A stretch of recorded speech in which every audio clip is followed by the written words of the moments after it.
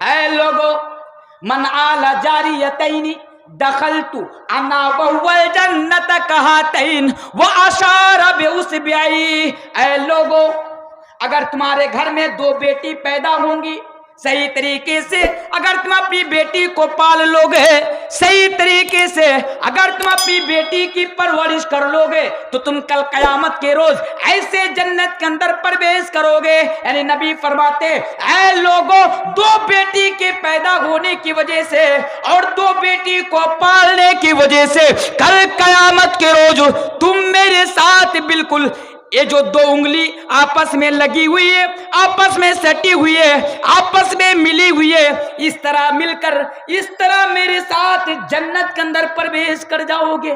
پتہ یہ چلا حدیث سے کہ اگر اسلام نے عورت کو بھی آپ کو بھی یہ مقام دیا، آپ کی بیٹی کو بھی آپ کو بھی یہ مقام دیا. کیا مقام؟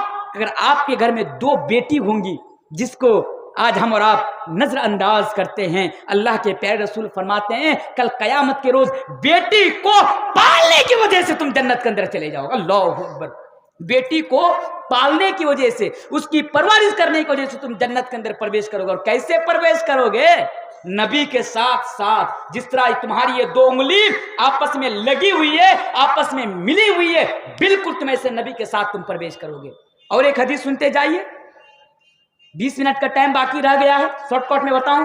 ایک حدیث ہے صحیح مسلم کی بیٹی کے تعلق سے، بس یہ لاسٹ میسج ہے کہ عورت کو اسلام نے کیا مقام دیا. حدیث کیا ہے کہ ایک مرتبہ ایک بھکارن عورت، بڑی امپورٹنٹ حدیث کو ذرا سنیے. ایک مرتبہ ایک بھکاری عورت دو چھوٹی چھوٹی بچی کے ساتھ نبی کے گھر میں بھیک مانگنے کے لیے آتی ہے. نبی کے گھر میں بھیک مانگنے کے لیے آتی ہے. اللہ اکبر.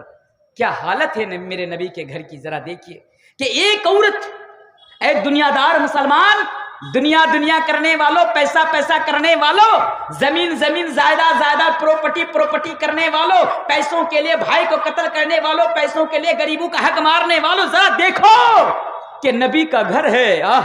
ایک بھکاری عورت بھیک مانگنے کے لیے نبی کے گھر میں دو چھوٹی چھوٹی بچی کے ساتھ آتی ہے. حضرت عائشہ رضی اللہ تعالیٰ عنہ کہتی ہے کہ جب وہ بھکاری عورت بھیک مانگنے کے لیے گھر میں آئی، میرے گھر میں ان کو کھلانے کے لیے، ان کو دینے کے لیے میرے گھر میں کوئی چیز نہیں ہے. نبی کے گھر میں کچھ بھی نہیں ہے میرے بھائیو. اس کا مطلب ہمیں یہ درس ملا، ہمیں یہ میسیج ملا نبی کی زندگی سے کہ نبی کبھی بھی دنیا کو ترجیح نہیں دی میرے بھائیو. آج یہ الگ مسئلہ ہے کہ آج ہم اور آپ دنیا پرست بیٹھے ہوئے ہیں، جس کی وجہ سے آج ہم اور آپ ذلیل ہیں. ایک حدیث ہے نا، ابو داؤد کتاب الفتن کی حدیث ہے. حدیث کے راوی حضرت ثوبان رضی اللہ تعالیٰ عنہ، نبی نے 1400 سال پہلے بیان فرمایا تھا. کیا بیان فرمایا تھا؟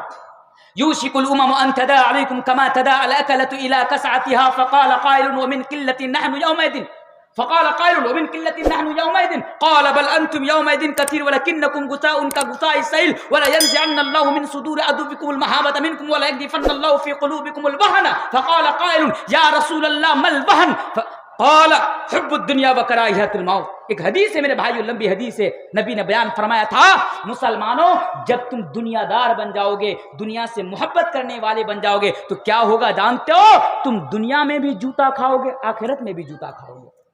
دنیا میں بھی جوتا کھاؤ گے، آخرت میں بھی جوتا کھاؤ گے. تو ہماری جوتا کھانے کے پیچھے جو وجہ ہے نا، ایک وجہ ہے کہ آج ہم اور آپ دنیا پرست بن گئے میرے بھائیو. لیکن ذرا اس حدیث پر ذرا غور کیجئے. حضرت عائشہ کہتی ہے کہ ان کو دینے کے لیے اور کھلانے کے لیے کچھ بھی نہیں ہے، بس گھر میں صرف 3 کھجور ہے، 3 کھجور. حضرت عائشہ رضی اللہ تعالیٰ عنہ کہتی ہے میں نے ان 3 کھجور کو اٹھانے کے بعد اس بھیک مانگنے والی لیڈی کو دے دیا کہ بہن لو کھا لو. اس عورت نے صحیح مسلم کی حدیث ہے ایک کھجور ایک بیٹی کو دی، دوسری کھجور دوسری بیٹی کو دی، اور ایک کھجور اس نے اپنے پاس رکھ لیا خود کھانے کے لیے. جب اس کی 2 بیٹی بھوک سے تھی، اس ایک کھجور کو جب کھا لی تو ماں کی طرف کہا ماں آپ کے ہاتھ میں جو ایک کھجور باقی رہ گئی ہے اس کھجور کو آپ دے دیجئے، آپ کے ہاتھ میں جو کھجور وہ دے دیجئے. ماں کیا کرتی ہے؟ ماں دیکھیے اپنے اولاد سے کتنی محبت کرتی ہے میرے بھائیوں. میری مائیں اور بہنیں آپ ذرا دیکھیے، ایک کہاوت ہے نا، انشاءاللہ میں بعد میں بتاتا ہوں کہ ایک ماں ایک کھجور کو 2 حصوں میں تقسیم کرتی ہے.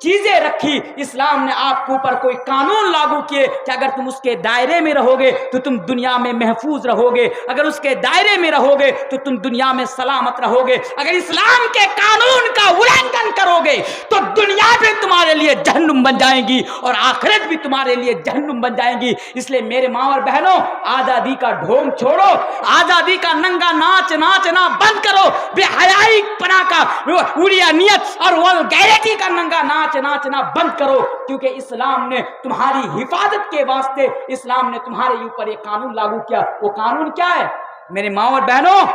اسلام نے جب مقام دیا تو اسلام نے آپ سے یہ بھی کہتا ہے، اللہ تبارک و تعالی نبی اکرم جناب محمد رسول اللہ پڑھیے صلی اللہ علیہ وسلم سے کہتے ہیں، اے نبی آپ کہہ دیجئے، اے نبی آپ کہہ دیجئے، یا ایھا النبی قل لازواجک و بناتک و نساء المؤمنین، اے نبی آپ کہہ دیجئے اپنی بیٹی سے، اپنے گھر کی عورتوں سے، اپنی بیویوں سے، تمام کی تمام عورتوں سے، مرشد آباد کی عورتوں سے، اورنگ آباد کی عورتوں سے آپ کہہ دیجئے جو آزادی کا نعرہ لگا رہی ہے، ان سے بھی آپ کہہ دیجئے کہ تم پردے میں رہو، جب بھی تم گھر سے باہر نکلو تو اپنے اوپر عبا ڈال لو، جب بھی تم گھر سے باہر نکلو تو اپنے اوپر جلباب ڈالو، اپنے اوپر جلباب ڈالو، یعنی پردے میں رہو۔ کیوں؟ اس لیے کہ اگر تم پردے میں رہو گی تو تمہاری حفاظت ہوتی رہے گی، اگر پردے میں رہو گی تو تمہیں آئیڈینٹی مل جائے گی کہ تم مومنہ ہو، تم مسلمان ہو، اور تمہیں کوئی چھیڑنے کی کوشش نہیں کرے گا۔ کیا میسج ملا جانتے ہیں؟ ہمیں بھی اور ہماری ماں اور بہنوں کو بھی یہ میسج ہی ملا۔ ہماری ذمہ داری ہے کہ ہم اپنی بیٹی کو کہیں کہ تم پردے میں رہو۔ کیوں؟ اگر وہ پردے میں رہیں گی، گھر سے باہر نکلیں گی، لباس صحیح طریقے سے ڈھک کے بدن کو، شریر کو، جسم کو ڈھک کر نکالیں گی تو دنیا میں بھی اس کی حفاظت ہوں گی اور آخرت میں بھی اس کی حفاظت ہوں گی۔ میرے بھائیوں، دنیا میں